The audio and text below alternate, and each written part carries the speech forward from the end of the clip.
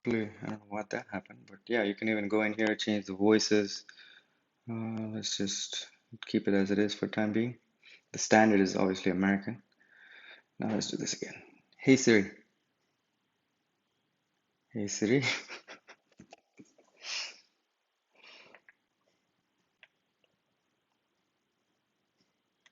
So it never works. Anyway, so the point was we need to get into the Google search. And so we have something called, this is the platform for journalists today. It's called Substack. It's picking up quite a lot. I still haven't got into it, but eventually I will. And definitely I will not take content from it. And at least this reading platform might work.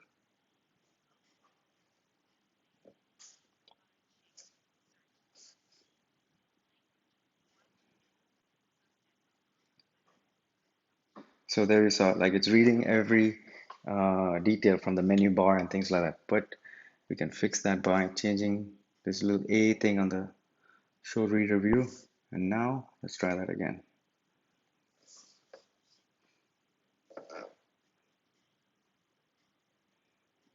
Start it from the beginning.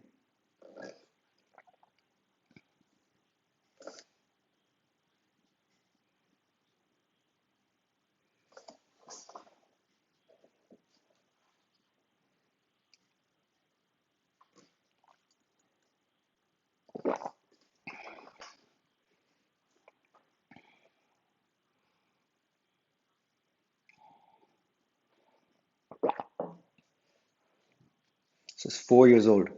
So clearly, I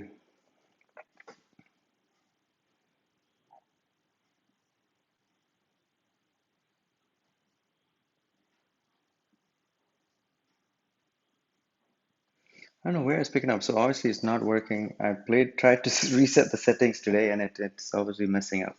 So it's a platform, I'll just tell you, for journalists now, because obviously if we see down here somewhere as of, this is an interesting fact. I'll try to highlight it. So there were half as many newsroom jobs in 2019 as 2004. So that's bit crazy, like if you think about it, because clearly we are not getting less news, we're getting more news, and that too from all directions, from different platforms. But why is it that newsroom jobs are reduced? And obviously, it would be also the writers.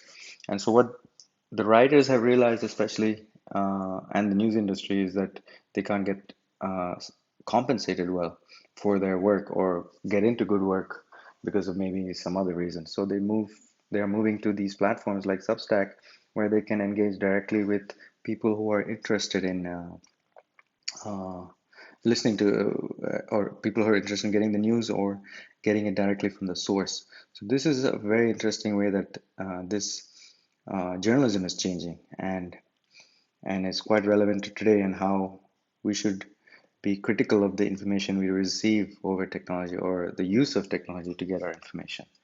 So that's kind of where it is, and Substack is something that hopefully I will uh, do soon. Oh, look at this. In 2019, Substack added support for podcasts, which is going to be great also. Finance. Okay. So let's start with the show. So Apple News app. Here we are. So we have the save stories, and I would like to start today with some business and specifically business and marketing, which is an area that I have been working in for a very long time, and I think it's quite interesting, especially thinking about what to tie all this in my personal experience, work experience, life experience, and also audio. And this particular article is about MasterCard and how they use audio, and other companies like Amazon and how they use audio. And they see that audio is very relevant to, um, what do you say? Sorry, I saved a lot of things here. I can't find the one I need.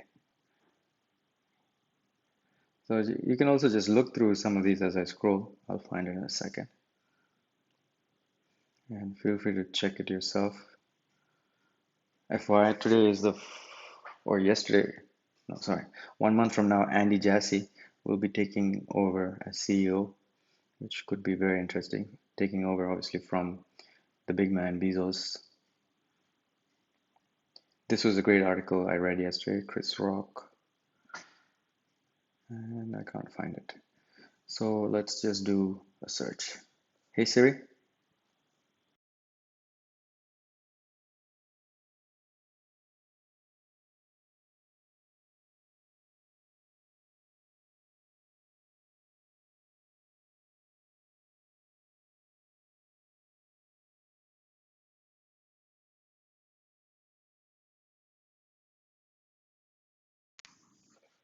Nope. Oh, there we go. Sonic branding. Forbes article. Let's start. Thank you for bearing with me. We will sort out all our technical issues in the coming episodes.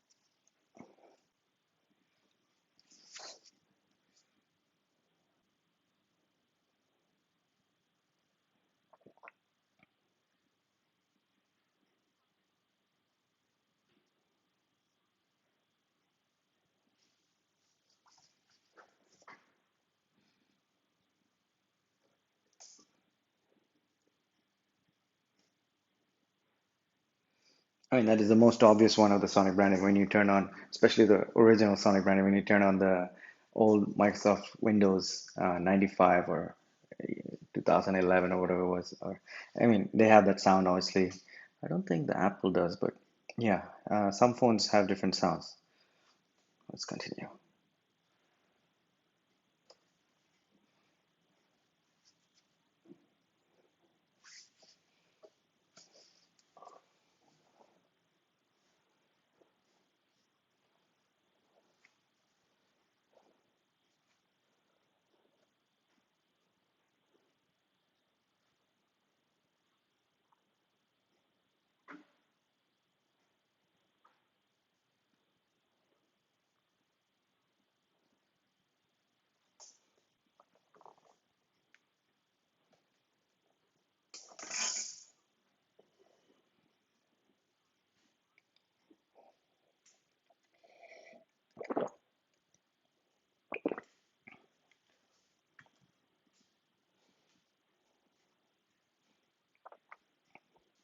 Sorry about the audio. I was just drinking some tea, but MasterCard has been doing some amazing things for years, and Raja Ramanar as the uh, CMO, I think for more than 10 years, has been involved in, they have had campaigns like It's Priceless.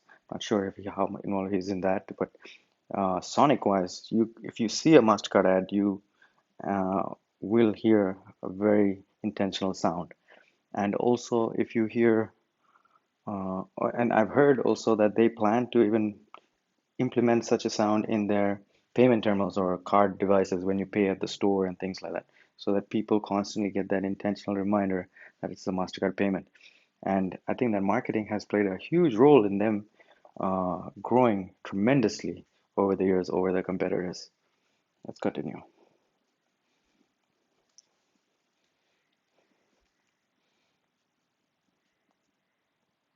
Where are we?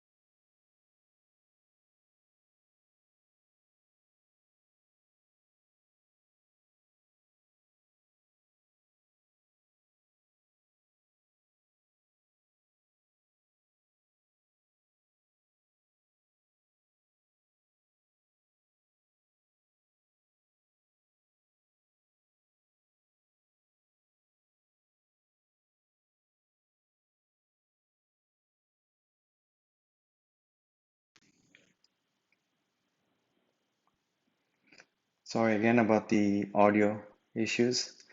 Still working it out. And yeah, so that was interesting about what Raja is doing over there.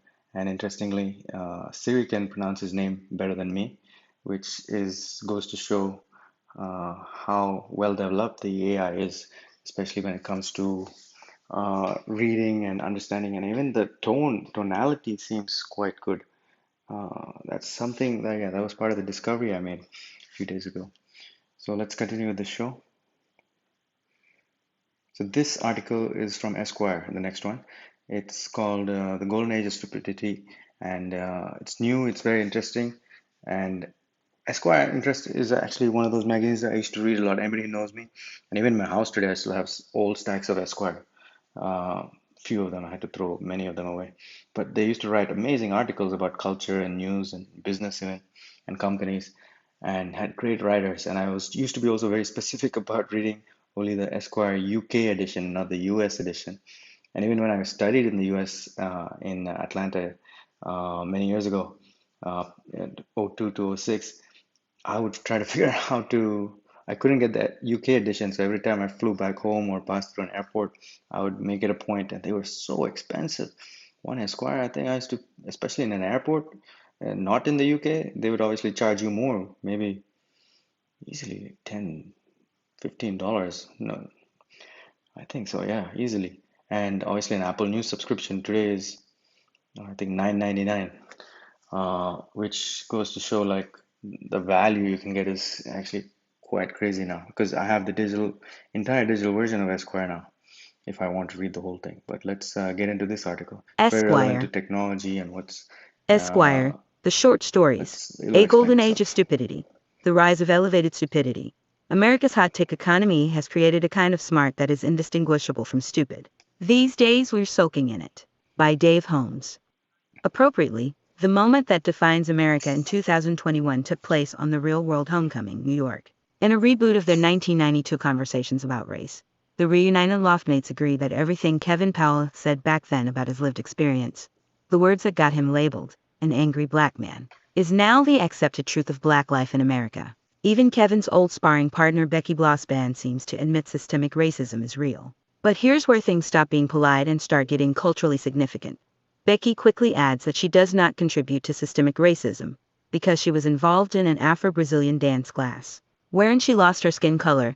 In other words, Becky, who by now has spent full episodes talking about her NYU education, her brilliant psychotherapist father, and her decades studying under a Russian theoretical physicist and healer, declares herself exempt from racism, because she really crushed cardio capoeira at the Soho equinox. She says this out loud into a microphone, in front of cameras that are capturing footage. Yes, it is hilarious, but the incident is also revealing. A person can present their ideas with such eloquence and erudition that they fool themselves into thinking those ideas are not dumb. This is a kind of smart that is indistinguishable from stupid. It is elevated stupidity, and we're soaking in it. Stupidity is saying 2 plus 2 equals 5. Elevated stupidity is doing.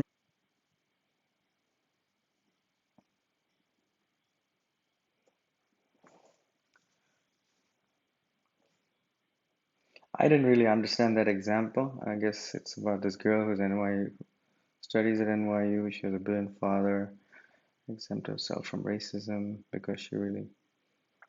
Okay, it's a black girl who thinks racism, a rich black girl, well educated, who thinks that racism doesn't exist. And this is, and obviously she's not stupid. She's smart. She's very smart, and with from a very privileged background with a prof professor, psychotherapist father, decades studying under Russian theoretical physicist and healer, whatever that means. And obviously, she does cardio capoeira at Soho Equinox, which is the you could say that is the most Equinox, that too in Soho in New York City, is the most exclusive Same thing, gym in the except you world, invoke and maybe the Pythagoras. most Decry cancel expensive culture gym when someone membership corrects in you. the world. Then get a 7-figure Yeah, book deal let's and keep a going. speaking tour out of it. Elevators. Elevated stupidity has permeated all facets of life, reality TV, social media congress, your group chat, and your softball team. Elevated stupidity stems.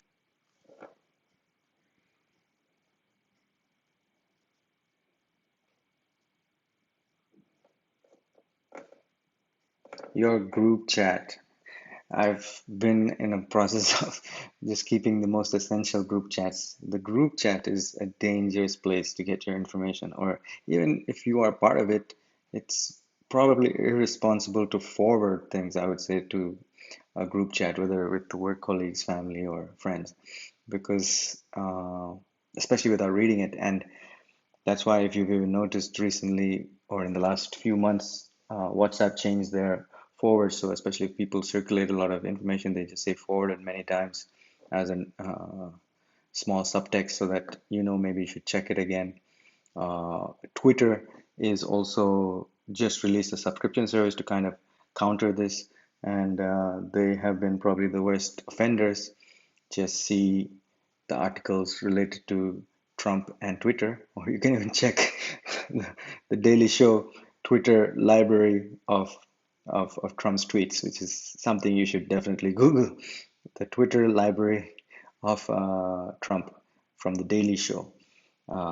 They did a very funny take on this because obviously every time a president retires, especially an American president retires, they make a library for him. Like Obama's, I think, under construction. George W. Bush probably having something. Definitely Reagan's is already there. Uh, President Carter had, I don't think he had a library, but he has the Carter Center in Atlanta, Georgia, near Little Five Points, where I lived for some time. And it's still there and does a lot of great work. So Daily Show made a From the Twitter idea that being good or at tweet arguing is the library same thing as for being Trump, correct. which That is, rhetorical as you skill, can or imagine, at something least a that's degree of big hilarious. debate club energy sufficient to wear out one's opponent, is the equivalent of intelligence? If being a good arguer is the same as being smart or correct, then do you know who is the smartest, correctest person in history? Every Scientologist. Elevated stupidity.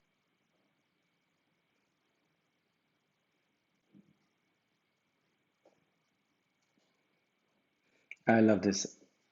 I love this. If Siri was working, I could do some searches. Hey Siri. Yeah, she doesn't work. Scientology, obviously, technically a religion based in the U.S. Technically, because they have what do you call it? Tax exempt status like the church or mosques or temples from the government. And I was checking it, they have like 25,000 members or maybe more. And technically, it's a cult, and they have some weird. A lot of people say that, and so I'll just go with that. And they have a lot of weird views on the world. So, and they are allowed to keep doing that. So, and they're all smart people, like Tom Cruise, who's one of the more famous ones. And so, if Appropriately, the being a good moment that arguer is the defines same as America being in smart or correct, who's the 2021 took smartest and place on the correctest real person? world The homecoming, New Scientologist. York. In a reboot of their Interesting. 1992 conversations about race, the reunited loftmates agree that everything Kevin Powell said back then about his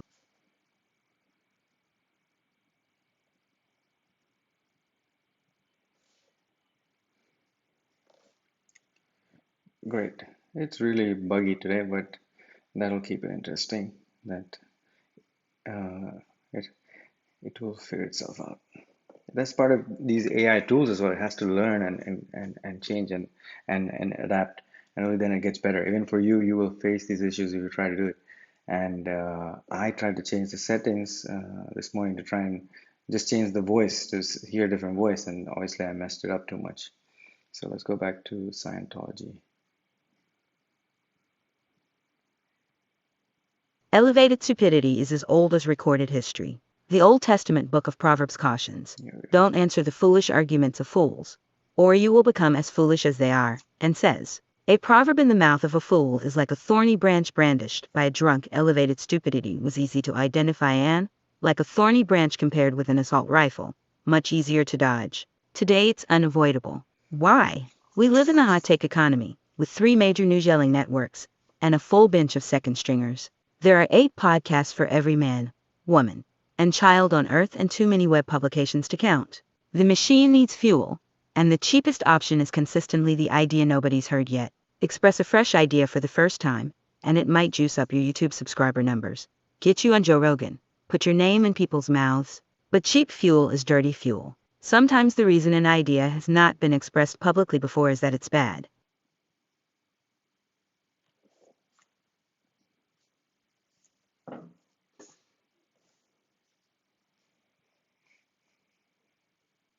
So this is also super interesting. They're talking actually when they say three major news networks, they're talking about America.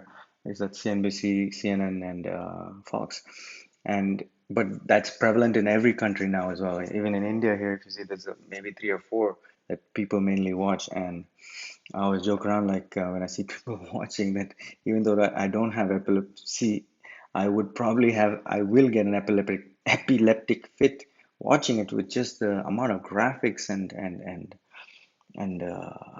yeah, scrolling tickers and things like that, just so much. And like she said, people are just trying, the news is just trying to give us a hot take and capture attention and clicks and subscribers.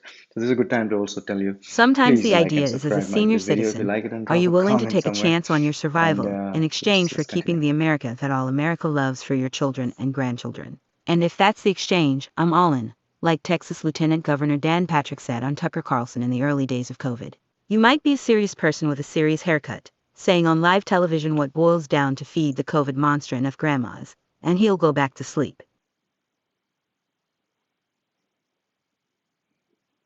Elevated stupidity, Zach Smith of the Heritage Foundation testifying against D.C. State by saying its residents already have outsized political influence due to government officials driving past their yard signs. It is Catherine Gorka, director of the Fulner Institute Center for Civil Society and the American Dialogue, worrying in the Federalist that liberals will cancel Ted Lasso because its characters practice the conservative virtues of kindness and hard work.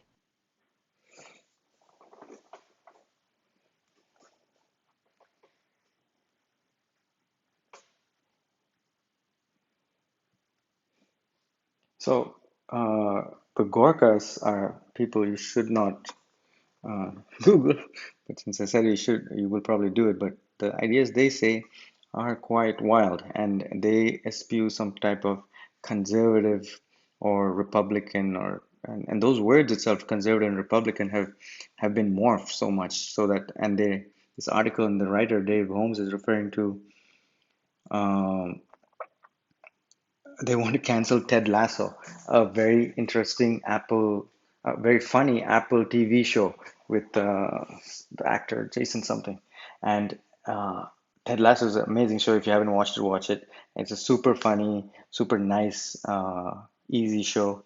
And they are very kind and hardworking, and there's no political stuff in it. But conservative virtues like kindness and hard work have somehow now become bad, and because of people on the other side of the conservatives, like liberals or whatever you want to label them, saying this is our There are side, many that's your voices of side. elevated It's really stupidity, but strange. only one face. And then it And says it's fittingly, Ben it is an Shapiro all day emoji, long. the Again, you smug don't thinky want to guy. find His out who round Ben yellow Shapiro is. face is contorted into a rictus of deep thought, resting on a disembodied thumb and forefinger. But Let make me sure to see watch if I Ted have this Lasso. right.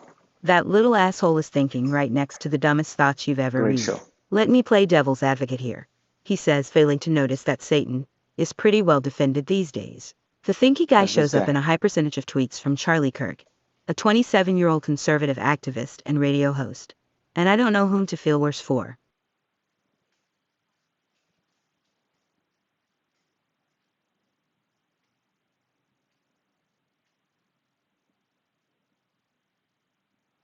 I mean, I don't want to go through the whole thing. It's quite long. You should do it yourself. I did go through it once, and even the second time I'm reading it, it's a lot of small minor points I missed out the first time I'm catching. So it doesn't talk only just so this guy is supposed to be good, and I don't generally don't know who this guy is, but I should look into it. I think he's one of the smarter guys. But at the same time, he's a conservative, which there are many smart, fortunately conservative people coming to the forefront now. But obviously, they Elevated won't get as stupidity much works. Grab a attention as few big somebody who has words a off the hot top take. shelf and glibly reference Marxism, and you can fool I'll people just into skim thinking the you have rest of something this. worthwhile. To say, see, Milo Yiannopoulos. You may not last long. Put a mortarboard on a pig and it's still a pig. But you can make the whole world a tiny bit dumber in the time you have. See also Milo Yiannopoulos. As we live our lives ever more publicly, we have come to prioritize arguing, the flashy, viral, gotcha kind, over learning. Elevated stupidity is the natural result, the beautiful, eloquent defense of opinions left over, unchallenged, from when you were 6. It is pervasive among those who are supposed to be smarter than me, the people we've lifted to the role of public intellectual. Turns out, they're exactly as smart as I am.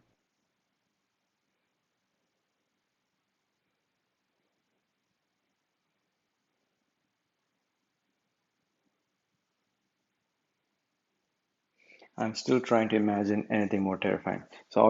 So this summary of the whole article is great. Elevated stupidity is the natural result, the beautiful, eloquent defense of opinions left over unchallenged from when you were six. This is great. Uh, yeah, this is a great way to start this, and I just found this article by chance, and it was from this issue. And my previous episode, which didn't have much commentary, if you just at least go to I insist you go listen to the last 35, 40 minutes where this entire Chris Rock article is read out. Again, one of the greatest comedians of in recent history, and what he's been doing with his career, and even branching out into horror films and stuff like that. And it, I'm using this finger button to like read it paragraph by paragraph, but when it is not working properly, like it was the last 2 days, you just need the play button and it will play it all the way through, and then you can pause and then it'll continue playing from where you left off. So hopefully it will learn. It learns actually what you're doing, which is interesting. And that also it was interesting. As we live our lives ever more publicly, we have to prioritize arguing.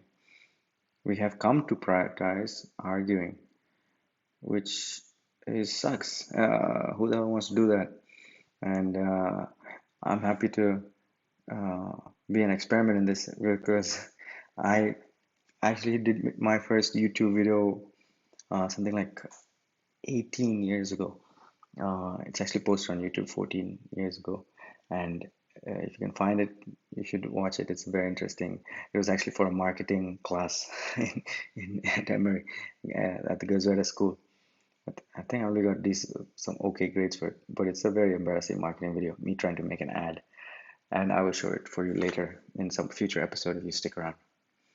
So let's go to the next uh, article. So I said I would talk about Asian paints. I don't really want to get into COVID news since everybody has enough of it. There's some great articles of the Atlantic in the previous episodes. Um, Asian paints. Let's see, where is Asian paints? Asian paints was recently revealed to me as one of the best companies in the supply chain, and it was actually through a WhatsApp forwarded video about basically talking about how the it's a public company and their stock is uh, one of the best you can get. And luckily, I came across this Forbes article India's a day or Best two Supply ago, Chain. which Steve talks Banker about contributor that May specifically. 29, 2021. I'll just try to Man let working it at play home all the way office through getting. and talk at the end. Which company runs the best supply in India? My vote would be for Asian Paints. Two adjectives that often describe the most successful supply chains are adaptive and resilient. An adaptive supply chain is one that is able to respond quickly to changes and disruption, and the ensuing changes to demand. A resilient supply chain is built to be able to financially withstand the effects of a significant decline in business or supply chain disruption. For agile, think nimble, like a halfback that can dart left and right in the blink of an eye. For resilient, think of a boxer that takes a massive punch and is able to keep fighting.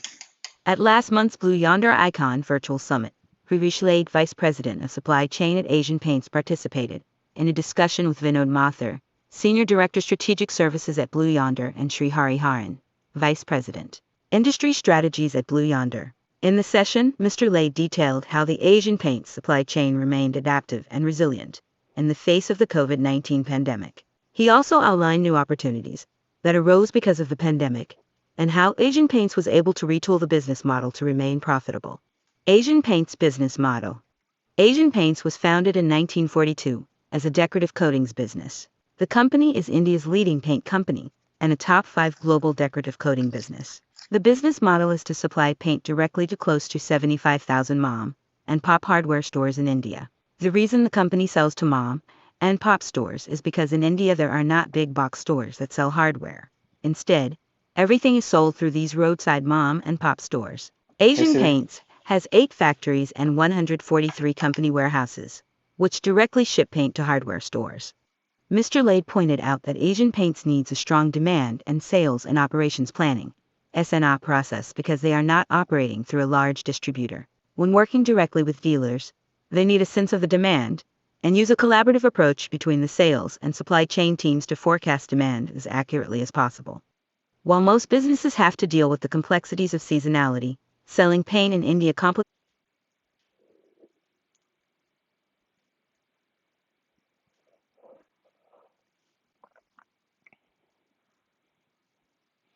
All right, just had to input the kind of gloss over this, which was actually what I gloss over the part which I discovered previously about this company is that they have been using data science with their forecast patterns, demand patterns, sales patterns, which products need to be sold.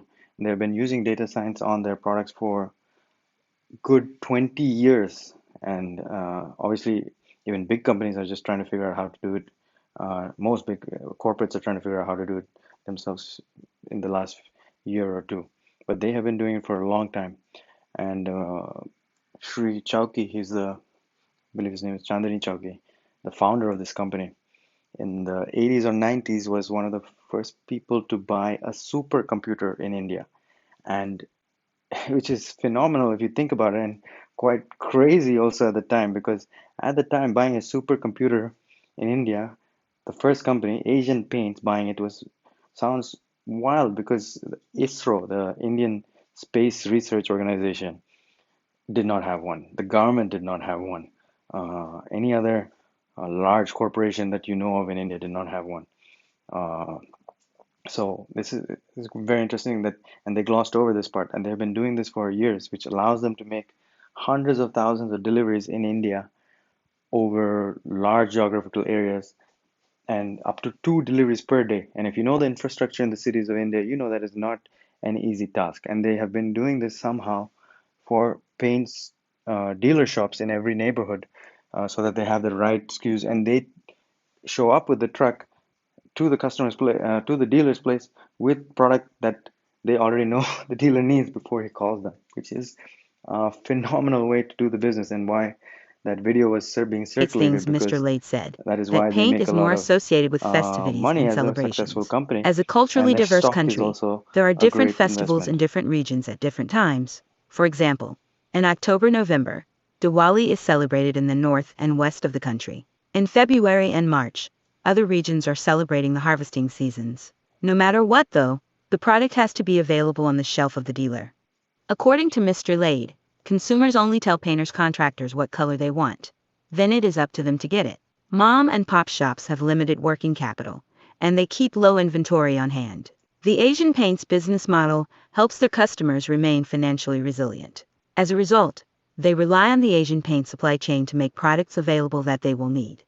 The Asian Paints fulfillment network ensures that in larger cities and towns, if a dealer orders items in the morning, they will get a delivery the same day. In the largest cities, they can make 2 deliveries a day.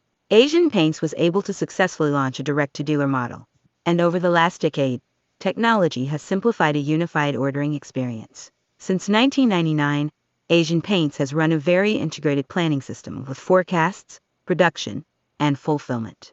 Asia Paints runs an agile supply chain. The COVID-19 pandemic brought the global economy to a grinding halt in the early part of 2020, and Asian Paints was no exception. The approach in India was a full lockdown for a few months. When the economy started to open, Mr. Lade said that the first question people would ask was why would someone want to paint in this situation? In India, painters usually come from certain towns, and during the lockdown there was a huge reverse migration of these painters. After lockdown, demand opened up in Tier 2 and Tier 3 cities, and resulted in a huge recovery. A big reason for this recovery was the remote workforce. Mr. Lade said a lot of people really altered their relationship with their homes. People that used to go into the big cities for work were now working from home. They wanted to make that space more appealing, and this drove demand. Asian Paints had to ramp up production requirements and plan out a way that the factory workers were safe while meeting increased demand. However, this still created a tricky situation. Even though the lockdown had been partially lifted, there were still micro-containment zones. In some cases, dealer shops were open but the warehouses that supplied them were in a containment zone. So Asian Paints shifted to a different model, where they could, if necessary, supply the dealer directly from a factory. This was a major shift, as the stores were used to receiving a small order from a warehouse. Now they were now receiving up to half a truckload of paint rather than the usual custom orders. A large number of the dealers latched on to this new model, and the company was able to scale and expand. The whole idea.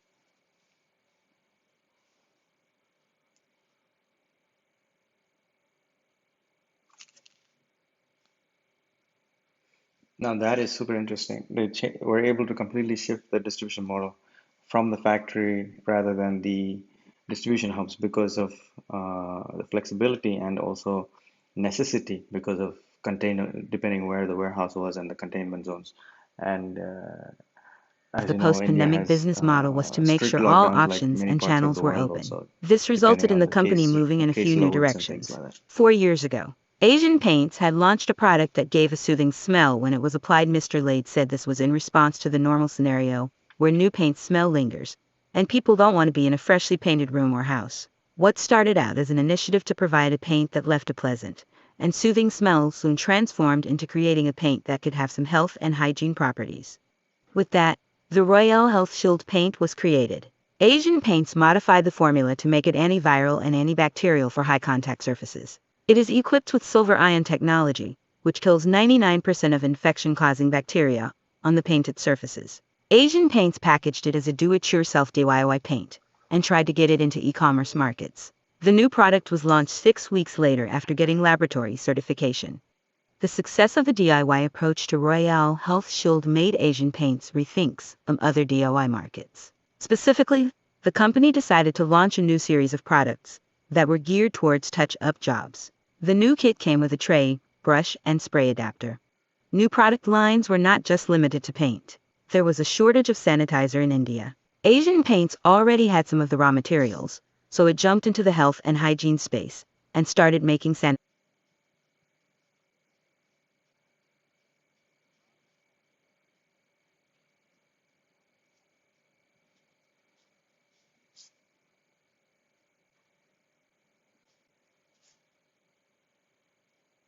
So the sun is coming up now, and we're just about to reach the hour mark. And just to summarize on that uh, story about Asian Paints, obviously they are doing some incredible things using data science and technology, and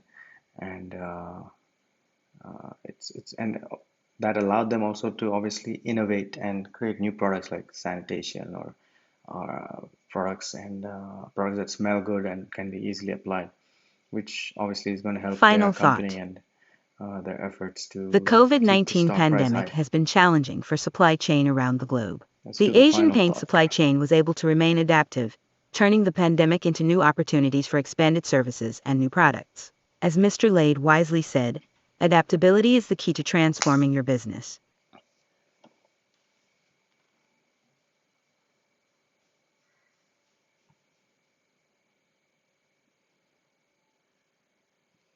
So here and where we are today, especially in the business world with supply chain, uh, and even your own personal things, you know, scarcity and lockdowns and containment zones affected a lot, and uh, affecting even the biggest companies. In a previous episode, which I posted, I talked about, Siri read an article about Tesla and how the prices are increasing because of these issues, and they are probably very, very nimble or very, very nimble, not nimble, but supply chain is perfectly set up. Like for example, their batteries, which is their most important component, made by Panasonic in their factories that they build or they have today, and the ones which are coming up.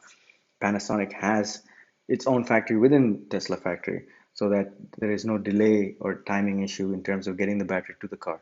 But they're facing price pressure because obviously components have to come to the battery factory or to the other parts of the uh, other parts in the car, which is affecting the price and making it difficult for supply chain on top of it with things like logistics and things like that. And obviously, it's a great example of a company doing great things. We'll move on to This also is interesting. This article here, I haven't read it yet. FBI director compared ransomware challenge to 9/11. Wow, that's heavy. And from the Wall Street Journal. And a previous episode also talked about some different article talking about how hackers are now targeting, instead of companies, the government and infrastructure. Like last week, they targeted the biggest meat processing company in America, and that's a big issue. You can imagine, biggest meat processing means that's hitting food supply chain of people directly in exchange for some kind of ransom or something. And last month they hit hackers hit national oil pipeline, giving oil to the east coast of America. That is crazy that they can do things like that. It's with technology. And so if the FBI director is now saying that is equivalent to 9/11, one of the most well-known acts of terrorism in our recent history, which was even 20 years ago, I think it's worth of knowing. And you should probably, if you're interested, go back to that previous episode and try to find it. I'll try and put timestamps in so you can get it. And that article was a little bit different, talking about that issue. And actually, it was more political and with how they fear Russia is probably behind it or not, or who some people might be. And yeah, today is a Sunday show, so I'll keep it light. No politics today, but we'll try and get into politics on other days. So that's so, so now we Quartz need to get Thinking to Green, India's India's, yes, largest tech India's firm, largest has tech proved firm. that work from This is a home has great significant article green gains. By about Tata Ananya Consultancy Bhattacharya, June Service. 4, 2021. Sustaining Sustainability, Reuters Vivek Prakash. The work from home trend during the COVID-19 pandemic has thrown up unexpected gains for India's largest IT services firm. With nearly all its employees working remotely since April 2020, Tata Consultancy Services (TCS) has reduced its absolute carbon footprint by 49% over the last year. Now the company is all set to cut its absolute greenhouse gas emissions by 70% by 2025, taking 2016 as the base year. By 2030, the company hopes to be a net zero emitter of greenhouse gases. TCS had earlier said that by 2000.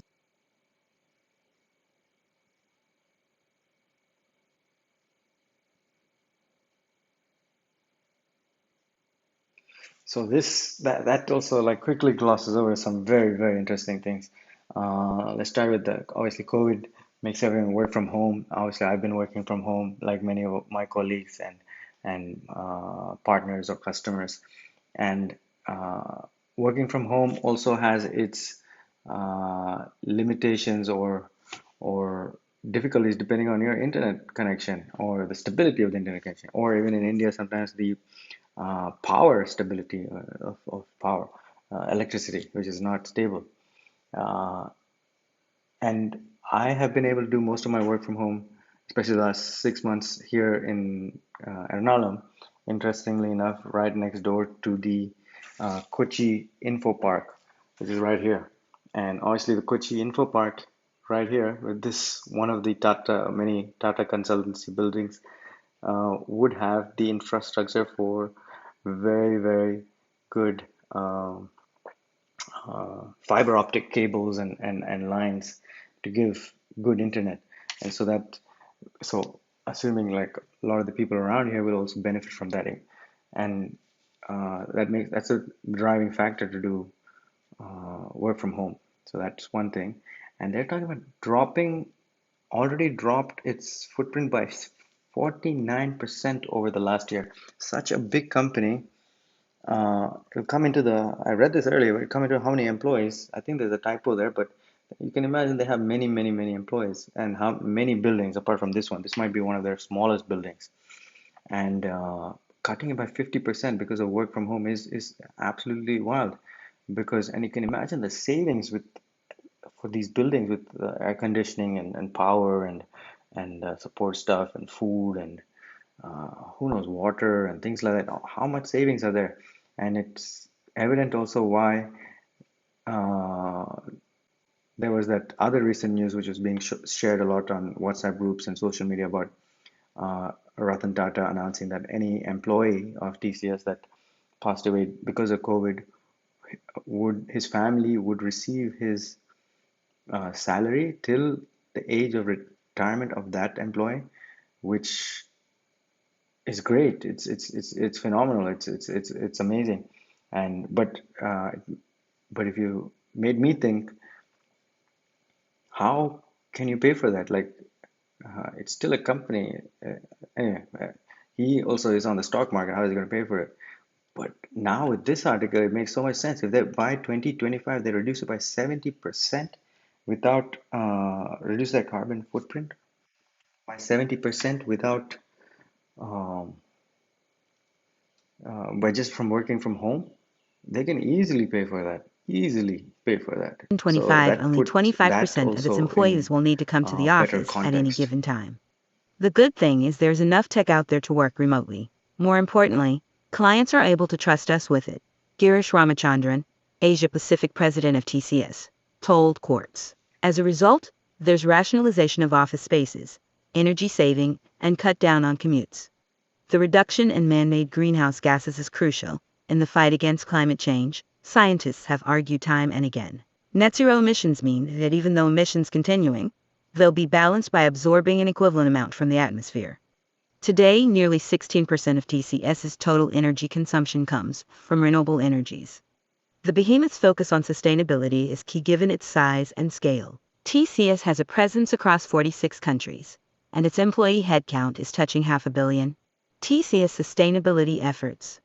The motivation for TCS to focus on the environment comes from its own young and very diverse workforce. If you look at the millennials who are coming in, I don't know 45% if of the that's a world's typo. population today are millennials. They choose a company or product based on how sustainable it is. It has to be a Ramachandran typo. said, the Maybe IT half a firm's million. strategy to reduce its carbon footprint includes steps like higher reliance on renewable energy sources, optimization of business-related air travel and employee commutes, and focus on energy optimization across operations. TCS has been on the journey to step up resource utilization and curb wastage over the last decade and a half. In the past, the company has added several green buildings to its real estate portfolio and upgraded its legacy equipment. The company's Sirusuri campus in the southern Indian state of Tamil Nadu, the largest IT facility in Asia spread across 70 acres of land and built over 5 million square feet, is a gold-rated green building certified by the LEED, which has water bodies, landscape garden, So a this lot of is a greenery, huge and a building, solar panel to 70 generate acres. electricity. TCS Sirusuri in Chennai, That's very TCS. impressive. Additionally, TCS Look at has this already building. identified 2 key markets and 2 delivery centers where it will be carbon Wow. neutral within this year. We've been doing a whole lot of things moving towards a more sustainable future, said Ramachandran, referring to campuses where there is rainwater harvesting, 100% treatment and recycling of sewage, and paper recycling already. Even food waste is used to feed biodiversity at the campuses. The business of sustainability. TCS's endeavor to become environmentally responsible has allowed it to try and test new technology solutions that can be offered to clients and help expand its business. Take for instance the company's in-house solution to monitor energy usage across all its campuses, which CEO Rajesh Gopinath spearheaded back when he was the company's chief financial officer. A team at a control center in Kochi, India monitors more than 100 TCS offices round the clock, and machine learning-based So that's obviously in algorithms the building detect next to my anomalies. control center. Kochi. Whoa. Okay, so I did read this, so now I understood it the second time. So this control center in this building I just showed you monitors 100 TCS offices around the clock and machine learning based algorithms like anomalies, I cannot pronounce, anomalies and aberrations in energy consumption and trigger quick corrective action. That is a control center. Simple. It looks like a basic control center, but obviously the technology running in those computers is wild. If it's monitoring And aberrations in 100 energy offices, consumption that is and wild. And trigger that is quick corrective obviously how action. they reduced it Among by other things, 50% the and going to solutions reduce it by allows the company 70%. to adjust Wow. air conditioning temperatures in offices using data from heat maps. These small efforts add up, saving the company crores of rupees each year while reducing wasteful energy consumption. TCS now sells this hack to customers across various industries. And this is just one of many examples. The company offers over 100 solutions to help clients navigate their sustainability journeys. Last year, TCS hosted a Wow. Sustainathon in They're going to Singapore, make more which money was out a of it. hackathon focused on sustainability. It is in the process of rolling the event out globally. 100. The idea What? is to equip talent with the ability to think sustainably throughout their career. Control Center in Kochi, I need India, to go there TCS. What is remotely. stopping India Incorporated from being sustainable? In India, Wow. green energy procurement is a big challenge still, Ramachandran said. Policy and regulations in the sector are far from robust, and workforce and infrastructure are both lacking. The country is mainly dependent on international suppliers for equipment and technology. India is an ideal country for solar energy, and there has been a concerted shift to this renewable source, but it still accounts for just 4% of the country's power generation. The technology still has to develop, said Ramachandran. The output of solar is not so great. There is a lot of work to be done in the semiconductor space. Moreover, leveraging renewable energy to meet its net zero emissions target is only the start for TCS. In the future, the company will even look at carbon positivity. Then, there's work to be done towards each of the 17 UN Sustainable Development Goals, SDGs. And 10 years down the line, the SDGs will morph into something else, said Ramachandran. I don't want to call net zero emissions a goal. It's a journey, and we need to continuously evolve, he capped off. And with being the largest employer in India, we need to be leading this particular journey. Quartz Daily Brief. Subscribe to the Daily Brief, our morning email.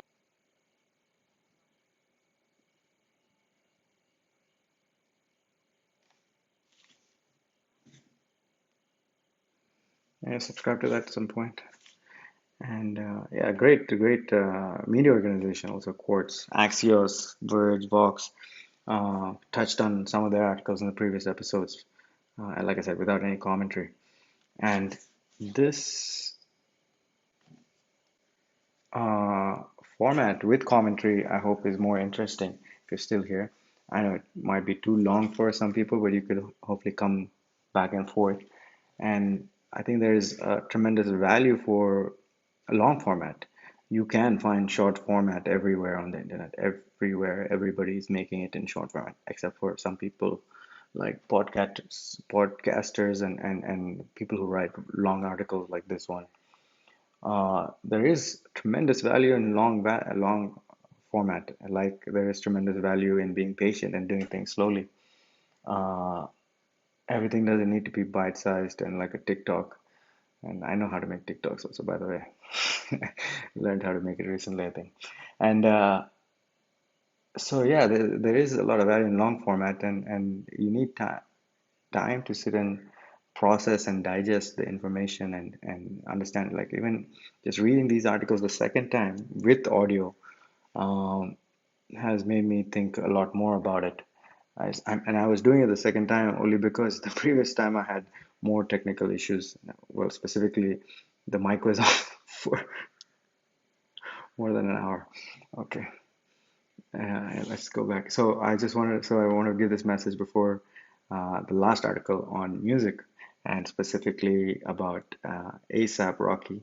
And if you don't like or are offended by bad words, you shouldn't listen to his music, I suggest. But he is a very innovative musician. Oh, there's a new music video with Slow Thai, and you should definitely not listen to Slow Thai if you don't like bad words and stuff.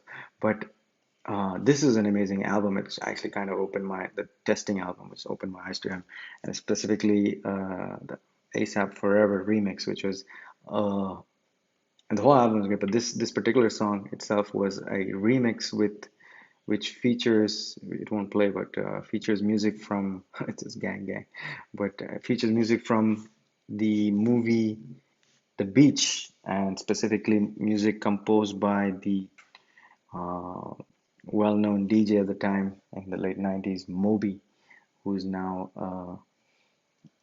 probably still a musician and also a punk and vegan rights activist. You should look him up on Instagram. He has some very interesting new tattoos. Uh, you should definitely check out his new tattoos. And so, if you remember The Beach was a movie about a bunch of youngsters who find out about some beach in the middle of Thailand where people are not there. They can create their own um, uh, heaven on earth without technology and government and tax and things like that. And it was this ideal scenario they all flocked to, but it kind of got started turned sour and bad with murder and deception and revenge or whatever. But I think it launched Leo's career. Leonardo DiCaprio became quite famous after that, and I think Titanic was even after, only after that. Or this was his movie after Titanic, because everybody thought he was a big, you know, ladies' man, pretty boy, and he had to make that movie to prove that he's still a good actor, which he did actually with that movie. And Moby made that defining track of that movie, and you will recognize it if you listen to that ASAP Forever remix if you haven't heard it. And I think the song itself from Moby, the track was called Porcelain. It's a beautiful track.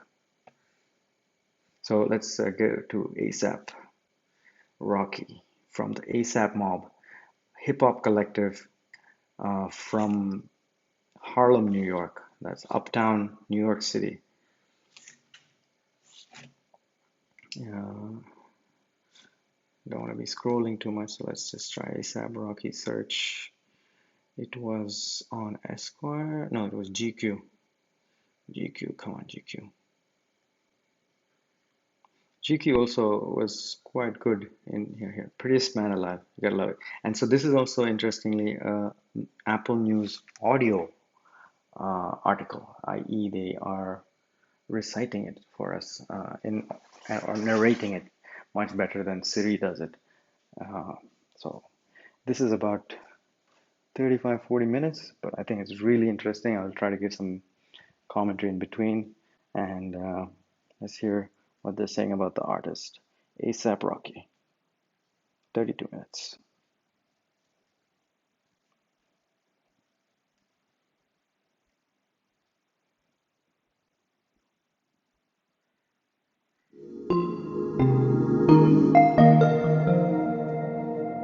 ASAP Rocky, the prettiest man alive. Oh, this is the end of the file. Please forgive ASAP Rocky if you haven't heard much from him since he was released from a controversial stint in a Swedish jail in 2019. Since then, rap's foremost fashion darling has been on a freewheeling journey of self-discovery, musical experimentation, and, alongside a certain megawatt pop icon girlfriend, love. Written by Samuel Hine for GQ. Narrated by Sullivan Jones. Please be advised, this article contains adult language.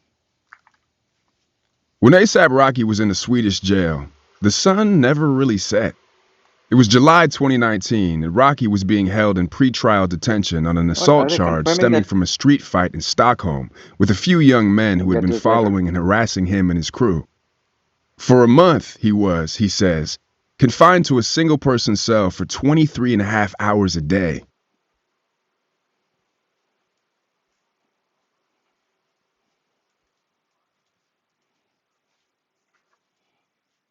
So this is a big political incident, his fight, and there is video of it also, which shows clearly that he was trying to avoid the fight, and some kids just wanted to, I don't know, make a TikTok or a Snapchat or something, and were instigating him and his friends. And unfortunately, while defending themselves, I guess the police or the government thought they were at fault and put him in jail, which was quite bad. But I guess he learned and grew from it. And I think the start of this also confirms that he is now in love with Rihanna, as we know, as everybody knows who Rihanna is. He found it hard to sleep. The biggest pop star in the world. During the high summer in Stockholm.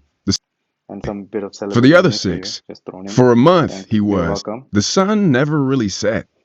It was July 2019, and Rocky was being held in pretrial detention on an assault charge stemming from a street fight in Stockholm with a few young men who had been following and harassing him and his crew. For a month, he was, he says, confined to a single-person cell for 23.5 hours a day. He found it hard to sleep. During the high summer in Stockholm, the sun is out for about 18 hours a day. For the other six, dusk melts into dawn. At night, as this eerie twilight spilled through his cell window, Rocky kept the TV on. The background noise of Swedish language news helped lull him to sleep. But about a week before he expected to get out, a sound on the TV jolted Rocky awake. Even though it was in Swedish, I heard President Donald Trump and APRocky, and I woke up out of my sleep, he recalls. I was like, oh, fuck! That's how Rocky learned that the president had become the most prominent supporter of the hashtag Free Rocky cause. The news was reporting that Trump tweeted that he had spoken with Kanye West about Rocky's incarceration, and that he would be calling the Swedish Prime Minister about the situation.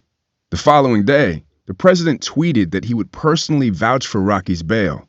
On the list of Trump's priorities, freeing Rocky seemed to be somewhere up there with building the wall and complaining about CNN. Suddenly, APRocky, a relentlessly charismatic artist whose favorite canvas is the mosh pit, a norm-busting style icon, a singular charming man who could tease a smile out of a gargoyle, had been inadvertently thrust into the center of an international diplomatic incident. Of course, one had to ponder about the president's motives for embroiling himself in the plight of a jailed rapper. To many of Rocky's fans and supporters, Trump's opportunistic interest felt like a ploy to win over black voters.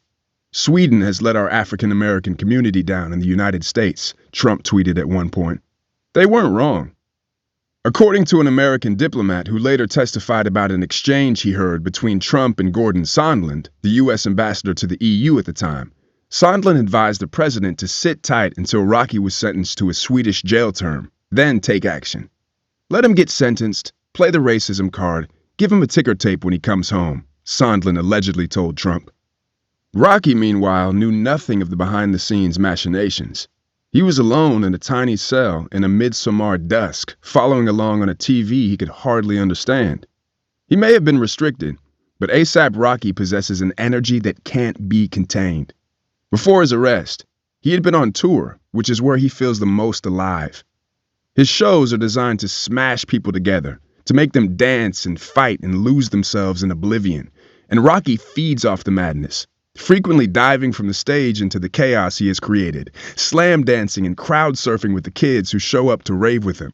Putting him in a prison cell is like trying to harness an out-of-control nuclear reaction. He's not good at sitting still. So, he kept himself busy. He worked out. He prayed. And true to form as one of music's most advanced fashion tastemakers, he designed a collection on spec for buzzy Parisian designer Marine Serre. Rocky had been a fan of Serre's conceptual regenerative streetwear for a few years, and one day in his cell, he began to conceive the outline for a collaboration.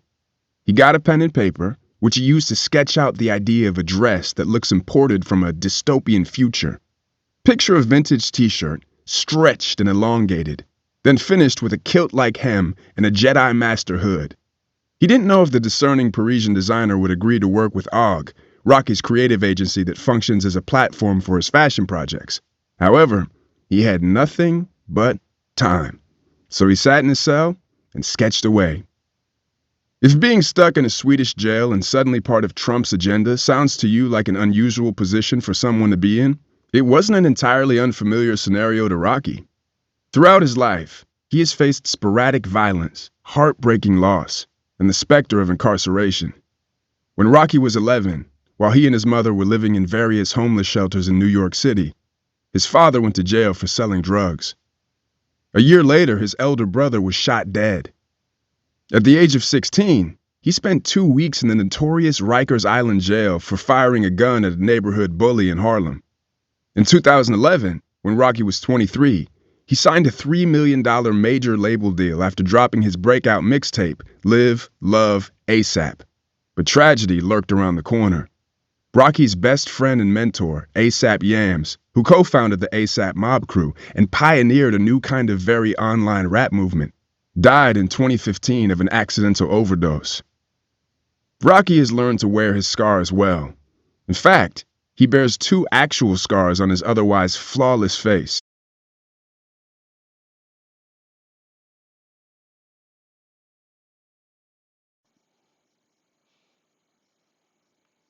It's actually quite interesting history. APyams actually started online blog for them, like before Twitter and all was famous. And I forget what it's called. It's not Tumblr, but it's just basically a website with a blog. Sorry, I forget the word now. Blogs have already been taken over. But yeah, he made a blog which he would post photos and things, and that's how they created publicity around their ASAP mob and their different members, like ASAP Ferg, also, who's a very prominent and talented rapper, hip hop artist, and collaborator. Then there's APRocky. There's a few other guys I don't know. I think the guy they're talking about in this bully also in Harlem is the famous rapper Casanova, who they had to a lot of run-ins with. And anyway, there's a tough life, obviously, coming from a very difficult background in Harlem, which is uptown. I think they call it uptown Manhattan. It's right above the Upper East Side, yeah. Which is also, interestingly, where a lot of the best musicians and blues artists came out of Harlem. I'm not the person to talk about, but we could find some articles about it later. But yeah, and unfortunately, ASAP Yams was with money and fame and celebrity was accessing now a lot of He received the tiny one on his left pharmaceuticals cheek and at the age of prescription drugs, 15 when which he led was to pistol his whipped during a fight. accidental overdose in The origin of the 2015. scar on the right side, a spindly tear that stretches from the corner of his mouth to his jawline.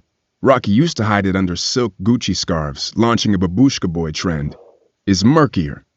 When asked how he got the scar, he often made up stories, like falling off his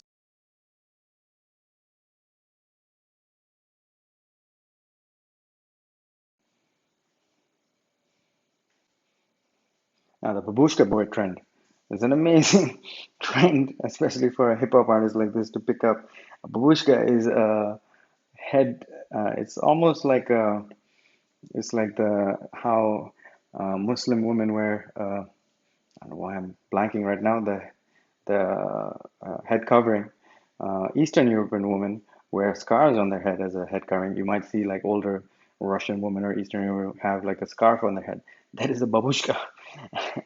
This guy, I guess, created that trend. Now it makes sense for to hide his scooter or scars in a way being slapped by an auntie from with the long fights. nails. This is But in some kind of Swedish court, also when explaining why avant-garde he has type a of security babushka, which detail, he has on his head here.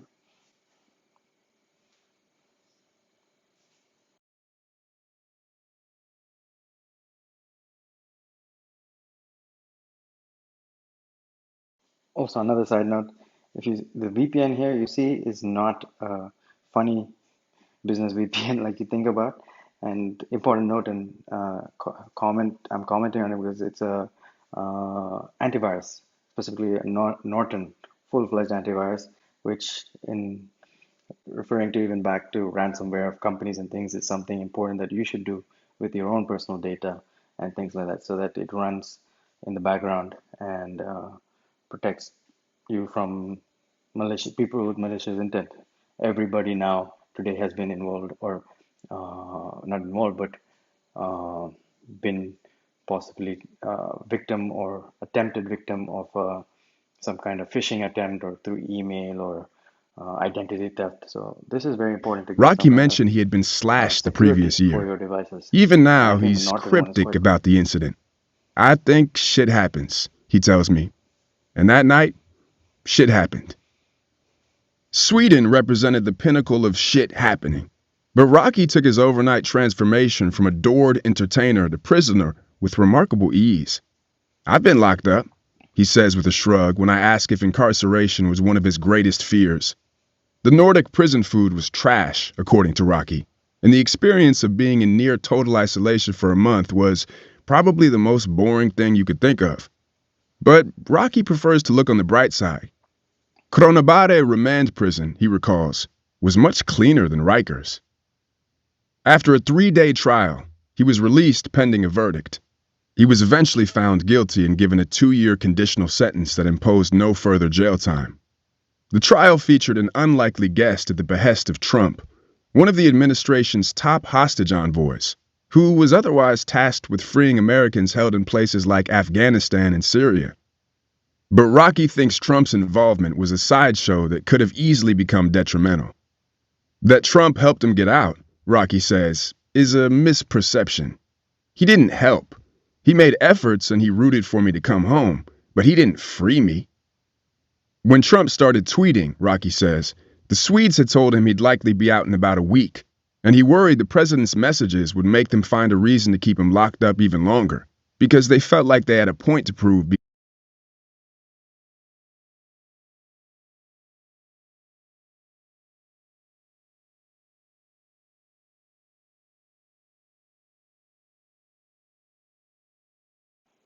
So this was very interesting also at the time because it was just before the election or leading up to the election, and for political points, uh, this story was all over the news, him being in jail at the time, and Trump was trying to free him to what many people conceived as a way to get the black vote, black people to vote for him in the upcoming election, which obviously nobody As he generally kept wants to saying be stuff. associated with Trump, We knew right? what was going to happen, Even if and it you're happened the saying, same yeah, way they said it maybe would you weeks prior, just keep he quiet, says. but But when Rocky saw yeah, Trump this on the is news referring that to. night in his cell, I was hoping it wouldn't turn for the worse.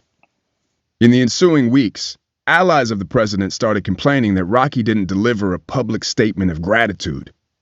Despite his perceived silence and his fears that he'd be punished due to Trump's ham-fisted Twitter diplomacy, Rocky was indeed grateful. He called Trump to say so privately. I was mad thankful that he did that, because he didn't have to, Rocky says of Trump. He took the time out of his day. The support he received from the president and others, he says, made me happy while being in there, because when you're in jail, you feel like nobody cares. You can get lost, and you feel soulless, like you feel low, bro. When Rocky got out, he flew home to LA, and then soon after, rather than take a victory lap or do what most Americans imprisoned abroad tend to do upon their release, which is to stay put in the States for a little while, he jetted to Paris to have coffee with Sayre so he could propose turning his jailhouse dream of a collaboration into a reality. I was not expecting anything, says Sayre of their meeting, but the 29-year-old designer was immediately struck by Rocky's familiarity with garment construction. He brought me some scarves that he did himself, and I liked the fact that he really knew how to stitch and how to understand the material. And then, basically, it was just an exchange. Ego was not really there, Sayre says. So, they got to work. It was quite natural and easy, and clearly not all collaborations are like that today. The collection, which includes clingy nylon tops encrusted with upcycled chains, an oversized puffer made with dead stock leather, and those dark, frilly dresses, each constructed from 11 different vintage graphic tees, came out at the end of last year. When Rocky was locked up, Tyler the Creator declared that from then on, Sweden was off limits. No more Sweden for me ever, he tweeted. The likes of Schoolboy Q and Lil Yachty agreed. Rocky, on the other hand, stayed away for all of 4 months after his release. In December, he returned to Stockholm, intending to perform for the inmates at the jail he was previously housed in. After being rebuffed by the authorities, he had to settle for an arena show that people from the city's immigrant neighborhoods could attend for free. When I ask if he'd be down to go back to Sweden on his next tour, Rocky scoffs. I'd be down to go back in general. When we meet at a rooftop bar in West Hollywood on a sunny afternoon in April, pandemic restrictions are starting to loosen, and Rocky has just returned to LA after several weeks away. He spent the past year or so mostly out of the public eye. But his style, today he's in an Og and Needles track jacket, Capital Country jeans, Nike Dunks, and a pearl-studded belt he found at a tiny shop on Ludlow Street in New York City, is as prominent as ever. A vintage Esso trucker hat covers his short braids, and when he smiles, as he does often, he flashes a gold cap on a K9 that's emblazoned with a tooth-sized Mickey Mouse. A waiter, not recognizing Rocky, asks him if he's a rock star. He's had a place in LA since 2012, the year after Purple Swag and Peso established him as the next big thing from NYC. He carried himself like a rock star back then, too. He certainly partied like one, and he looked like one, with a Hendrix-like slinkiness and a taste for the avant-garde fashion worlds of Rick Owens and Raf Simons. His musical output was similarly curated, though today hip-hop is a post-regional genre. At the time, Rocky was a radical and controversial artist for the way. Under Yam's guidance, he mixed sounds and styles from New York and down south. Atlanta and Houston were hot. New York's hip-hop scene was tepid. Rakim Mayers set things on fire. Even when he's in LA, Rocky still moves like a New Yorker. He has a Ferrari and 2 Mercedes, but he prefers walking, taking Ubers and riding an e-bike. He spins around his neighborhood to relax, to clear his mind, to see what people are wearing. In NYC, all he has to do to see what styles are popping in the streets is step outside. In LA, he hops on his bike to seek it out. Rocky's lockdown year was spent seeking out something even more important: himself. I've been experimenting in every field, he says over chamomile tea with honey. I've been experimenting with style, with rhythm, with sonics, film, food, health, love, life, for real. As the world slowed down, he finally had time to find out more about me, he says. He discovered that he's changing. I'm converted to the change.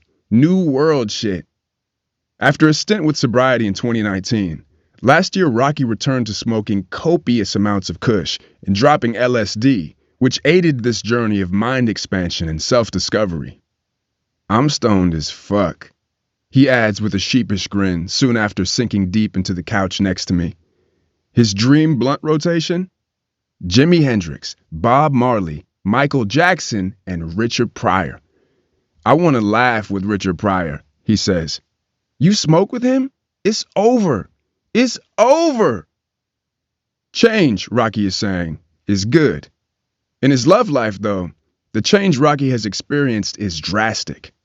It's change in the same way that a Mega Millions lottery winner experiences change, because APRocky is dating Rihanna.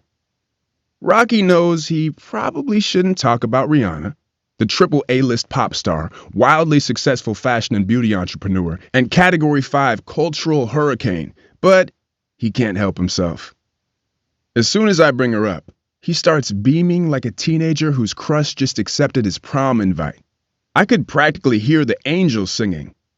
The love of my life, he calls her. My lady. The exact timeline of their relationship is uncertain, and Rocky won't divulge many details.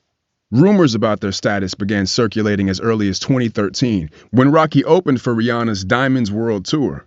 You can see why the global pop culture apparatus and the duo's combined 100 million fans, most of them hers, to be fair, had been attempting to speak their union into existence. They're both insanely hot. They both got culture-shifting side hustles. They're both fashion oracles. Their coupling feels predestined. What's it like to be in a relationship? So much better, Rocky replies without hesitation. So much better when you got the one. She amounts to probably like 1 million of the other ones. New world shit indeed. Rocky is among our culture's most unabashed ladies' men, but he says he's comfortable embracing monogamy. I think when you know. She's the one. A sure sign things were getting serious last year was when Rihanna invited Rocky to spend Christmas with her family in Barbados, where Rocky, whose father emigrated from Barbados to the U.S., immediately felt a sense of belonging. It was like a homecoming thing, he says. It was crazy. I always imagined what it would be like for my dad before he came to America, and I got to visit those places. And believe it or not, there was something nostalgic about it. It was foreign but familiar. Rihanna has said in an interview that she sees herself having 3 or 4 children in the next 10 years. I ask APRocky if he's ready to be a father. If that's in my destiny, absolutely, he replies. I think I'm already a dad. All these motherfuckers are already my sons. What you talking about? He laughs and then starts choosing his words carefully. Nah, but I think I'd be an incredible, remarkably overall amazing dad. I would have a very fly child. Very. In a way, the COVID year was a blessing for Rocky and Rihanna. Because without their usual full schedules of tours, film, and fashion shoots, product launches, and meetings, they could be in the same place for more than a week at a time. But Rocky lives to tour. So last summer, for the first time together since 2013, Rocky and Rihanna went on a tour of sorts together.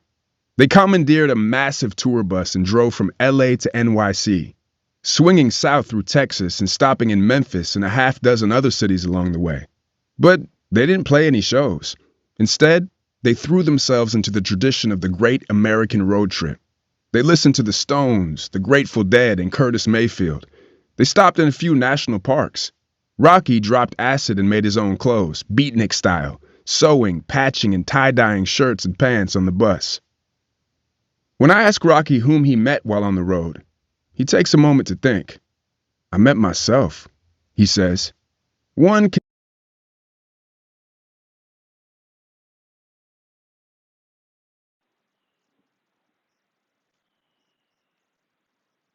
This picture, you can clearly see that scar on. Wow, it's a understand why. prominent scar. Not since Sweden had Rocky had this much time for himself. And he'd never been Onto able to that be so Chanel free and unburdened shirt. while with his lady. Being able to drive and do a tour without feeling like it was an occupation or an obligated job agreement, I feel like that experience is like none other, Rocky recalls. I never experienced nothing like it. Most enticingly for APRocky fans, he recorded new music along the way. He says he's overworking in proper recording studios, which he considers too big and boring. On the road, he had a mobile setup so he could make music as inspiration struck. Work with what you got, Rocky says of his scrappy DIY approach, a style of composing that has only increased his confidence that what he's creating is the best music of his career. God blessed me with a lot, so I'm working with that, and that's enough to make some fucking fire. Rocky's growth as an artist in the past decade has been all about chasing new sounds, often by working with unexpected collaborators and occasionally at the expense of fans who think a Harlem MC named after Rakim should be rapping over rap beats. His last album, 2018's Testing, reflected a heady period of musical experimentation and included a sample of Moby's proto-chill wave track Porcelain, a duet with FKA Twigs, and a very Frank Ocean-y track featuring Frank Ocean. After 2 albums that reached #1 on the Billboard charts, Testing only reached #6 and was met with mixed reviews.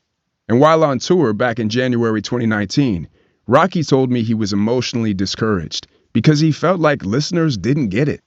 But rather than resorting to calling up the surefire producers of the moment and pursuing what people supposedly want right now, Rocky's resolve to continue confounding expectations has only increased in the ensuing years. It's all about the evolution, he says of his approach to his long-anticipated new record, tentatively titled All Smiles. If I'm still doing the same shit with the same sounds and the same bars and the same visuals from years ago, what's the point? You got that catalog. You can go revisit that. He says he occasionally reads what critics say about his music, but tries not to pay attention to it. I don't think that's really my concern. I'd be confused, man. I just want to make some good music, that's all. I want to feel great about doing it, and I want people to feel great about hearing it. 2 new important creative partners are likely to be found on All Smiles. The first is Morrissey. Morrissey, Rocky, it turns out, is a huge fan, and he's been working remotely with the Pope of Mope over the past year. The former Smiths frontman has been writing, producing, and contributing vocals to the new record, Rocky says. Anything you need him to do, he show up and do. The second is his road trip companion. Morrissey may be great, but in Rihanna, Rocky has found his most inspiring partner. Though hesitant to reveal the extent of their collaboration, Rocky hints that Rihanna is listening to and responding to his new work. I think it's important to have somebody that you can bounce those creative juices and ideas off of. Whether All Smiles is going to reflect Rihanna's pop sensibilities, Rocky won't say. But Rihanna, he assures, has absolutely influenced the new music. It's just a different point of view. Rocky hints that the very fact of his being in a relationship has defined the vibe of the new material. He calls All Smiles a ghetto love tale, and says that it's way more mature compared with his previous work, which in content is about as mature as anything coming from a 20-something who brags about their sexual conquests and sick outfits can be. When Rocky decides to drop the album, which he estimates is about 90% complete when we speak, it could usher in a radical new phase in his life. Rocky the Romantic. APRocky remembers exactly when he discovered that style was in his blood. I was probably 5 or 6 and I started crying because my mom wanted to dress me for Easter and I wanted to pick out the clothes myself, he recalls. I ain't like how I looked. I was crying because I was mad there was nothing I could do. His family knew better than to try to put the genie back in the bottle.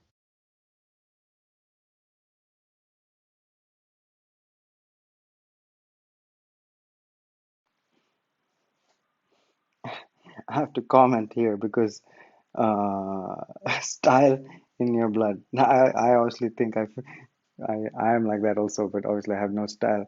Just a funny story about me thinking I have style. And people who know me, this even people who, as of today, I still wear shorts all the time. And till I was, I don't know, 13 or something, I refused to wear any pants. Refused, absolutely refused to wear full length pants. And I experimented with all the kind. Back then, they used to be called Bermudas, like the island nation.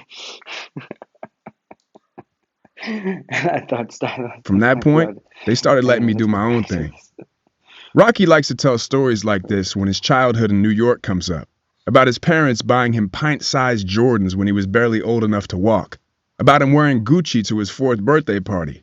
He describes his style as completely innate, more like an instinct than a set of well-developed aesthetic values. But as he grew older and life got a little rougher, he found that immersing himself into the worlds of luxury fashion and streetwear presented a powerful form of escapism. In high school, in the early 2000s, Rocky became a regular presence at downtown boutiques like Prohibit, which sold Japanese denim to the hip-hop stars of the day, and the shop for the dark streetwear brand Black Scale, which helped outfit the ASAP Mob for his Peso music video. Spots where it wasn't weird to be a pretty boy who rocked skinny jeans. Rocky's taste in fashion is what got him into the mob in the first place. A buddy of his from high school, ASAP Relly, was an early mob member who rocked Margiela and Gucci thanks to the proceeds from a successful drug dealing operation. Rocky recognized a fellow traveler and befriended him, and Relly started bringing him to mob hangouts. Once he was in, Rocky proceeded to transform the crew into a potent force in the fashion world. One of their earliest statements was making purses look hard. Over a decade before bright Birkins and Louis Vuitton crossbodies became hip-hop's most ubiquitous accessories.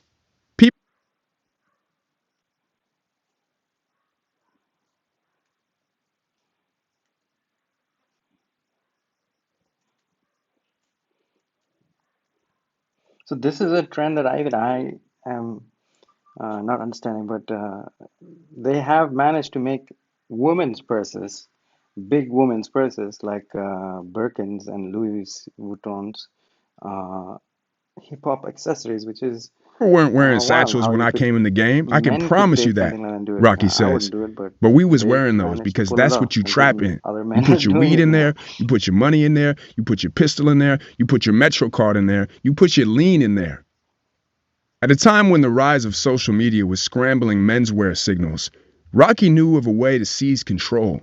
Anything that's supposed to be considered something to emasculate you, we figured out how to make it macho. Before Harry Styles started sporting intricate manicures, Rocky was getting his nails tricked out.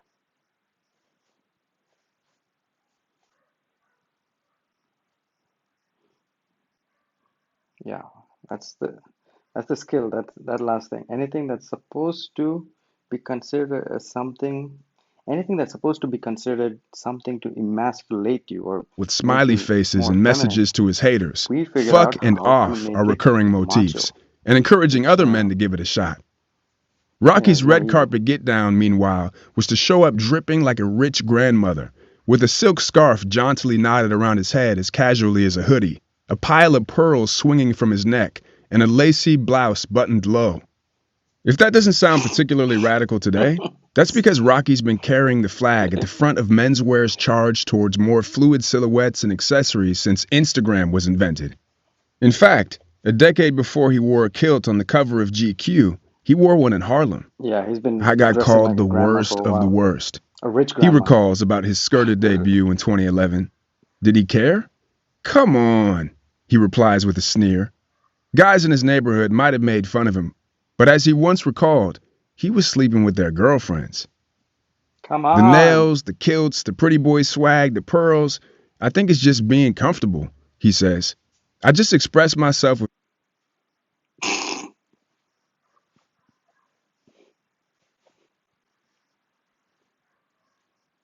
fashion, and what's fly is What's fly. what's that I do it line on some about him punk shit. sleeping with his Like the girlfriends? similarly fashion-obsessed Kanye West and Frank Ocean, It's just missing Rocky in has the name. parlayed his status and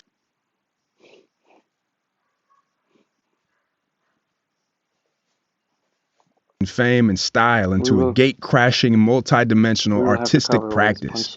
He is an actor, having appeared in 2018's Monster, which follows a 17-year-old honor student on trial for involvement in the murder in Harlem. He is a designer who is as comfortable overhauling his favorite Needles track pants as he is creating stilettos with Amina Muaddi, as he did last year. His dream collaboration, he tells me, would not be in music or fashion, but with A24, the cool guy Hollywood film distributor behind 2019's Waves, one of Rocky's favorite films. A relentlessly gripping and profoundly vibey picture that vividly reflects Rocky's own creative priorities. This shit is more than just rap for me, he says. I'm into design, I'm into detail, I'm into elevated taste value.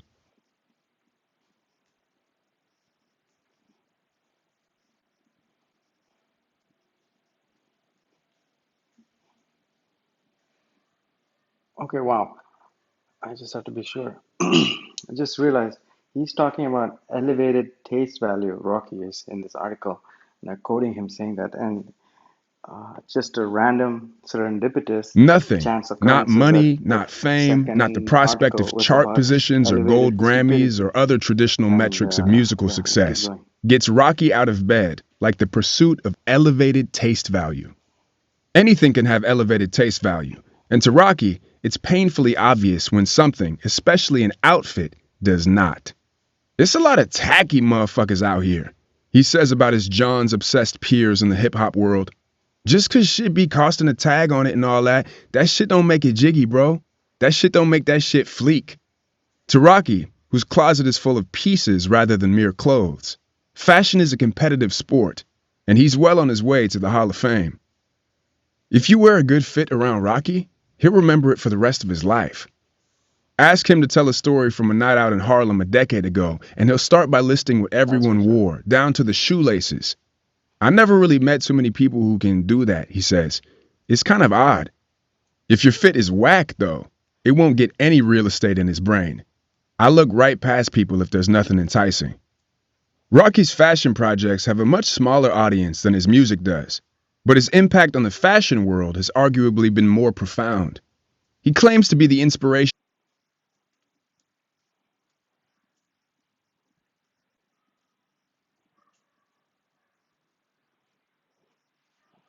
All right, something I missed, and they keep something about ASAP Mob and the crew, which is interesting, is um, the name ASAP. What does it mean?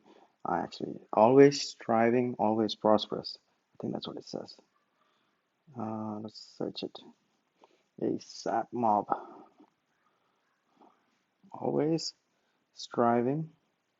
Always strive and behind prosper. DJ collective turned streetwear brand Ben Shrill, which helped launch the fashion careers of Matthew Williams, Virgil Abloh, and Heron Preston. The first two of which are now among the most powerful American designers in Paris, and the third has a new creative directorship at Calvin Klein. He was an early booster of Shane Oliver's provocative Hood by Air label, which continues to influence avant-garde streetwear. He has impeccable taste in collaborators to this day, often working with designers and brands. Marine Serre, Jonathan Anderson, Japanese hippie streetwear label Needles, just before they blast off into the stratosphere. As a result, Rocky's imprimatur on a garment instantly makes fashion insiders pay attention, and designers look to him for approval and endorsement. He was the first black face of Dior Homme, helped to lead the rollout of Raf Simons' collections for Calvin Klein, and, as I write this, is all over the internet in Gucci ads with Iggy Pop and Tyler the Creator. Given his style god status among late millennials and Gen Z fashion freaks, Rocky's cosign is downright crucial. After the successes of Kanye West's Yeezy imprint, and the pastel-hued Golf Wang label belonging to Tyler the Creator, is Rocky planning to launch a full-fledged brand of his own? Right now, I'm not eager to do that, he says, citing the impact of the COVID pandemic on retail. Maybe next year, but who knows? At the moment, he's content being one of the industry's most bankable collaborators. I really want to put myself in a position where I made a collaborative brand as opposed to being a brand that puts out shit just for the sake of accumulating capital, he says. Again, elevated taste value. I'm all about making money, he says, but I want to do it in the right fly way. Save for a collaboration with Guess, most of Rocky's fashion projects have been niche, like custom Prada nylon tracksuits for a tour niche, and expensive, to the point where Rocky is worried his fans are left out of a hugely important side of his artistry. Soon, he says, there will be a release with Vans that should satisfy that concern, though he's not at all interested in making it for the masses. He speaks of the new sneakers like he's completely reinvented the slip-on, and says that the quantity released is going to be exclusive. I'm really looking for that. When I ask if that means he's not interested in trying to replicate the most successful and far-reaching rapper brand collab in recent history, last year's Travis Scott and McDonald's takeover, with something like, say, Og and Burger King, Rocky laughs. Not in a million years. Elevated taste value. Rocky and Rihanna try not to be photographed together.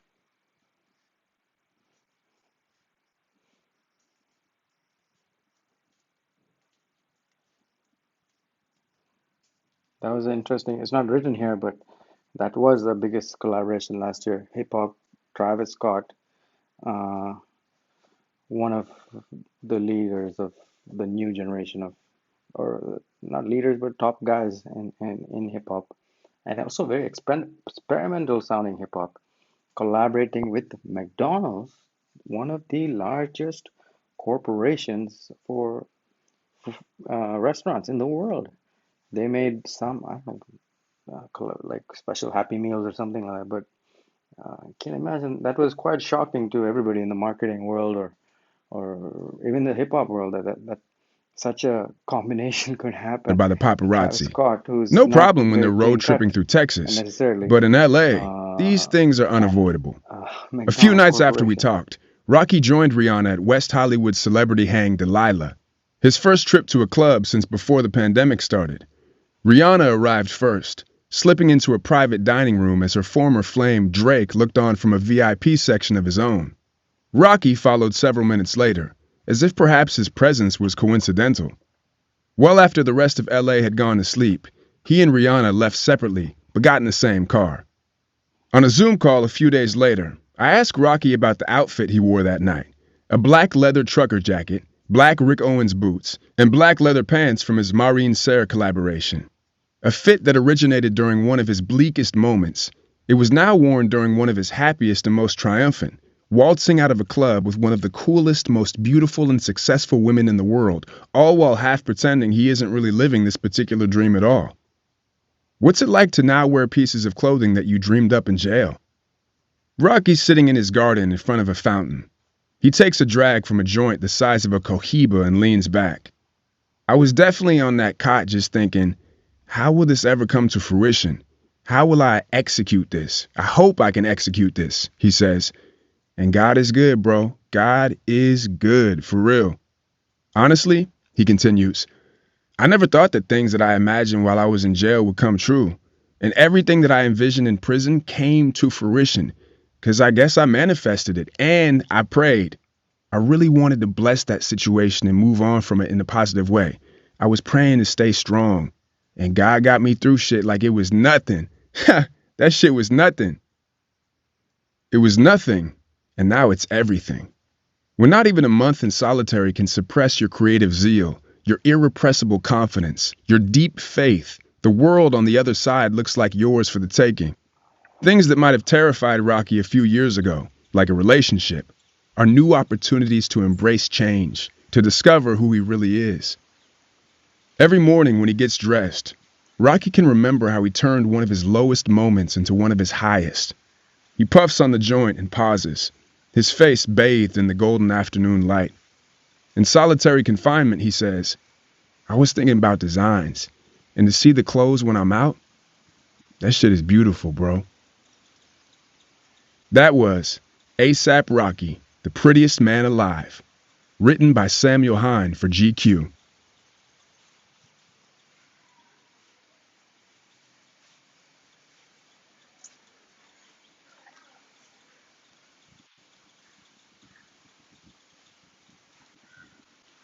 So that brings us to the end, and I just thought I'll come out here on the balcony since it's a beautiful day. Make sure it's still recording. A lot of technical problems previously, and some today.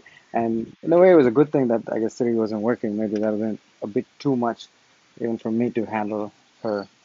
Uh, but yeah, it's a beautiful day here in Kochi, in Kakinad. It's raining a bit, and I'm about to start the rest of my day. Get a nap in later since it's holidays for me. And I hope you like that. And I hope you, if you're still here watching, appreciate the value of long form content. And if you do or you don't, also, and what you didn't like, I'd like to hear any criticisms that could be used to improve, any information that could be used to improve, or even if you just liked it, just send an emoji somewhere on the internet. And yes, it's a lot of different topics from TCS to distribution of Asian paints and elevated stupidity, elevated taste. But these are topics that are interesting to me, and I think they're a valid time capsule for the world and what interesting people are doing in the world today. And I thought I could, uh, one, read it for myself in a concise way over what has been something like an hour and 20 minutes or something. And so then I don't have to keep going back and forth through those articles in a day. If you can imagine, if I had to read all those articles, it might take me an entire week with all the other notifications and distractions on my phone and devices. And I just feel a lot better, and I hope it helped you also. And I'll see you soon in a future episode. Make sure to like and subscribe somewhere. And bye bye.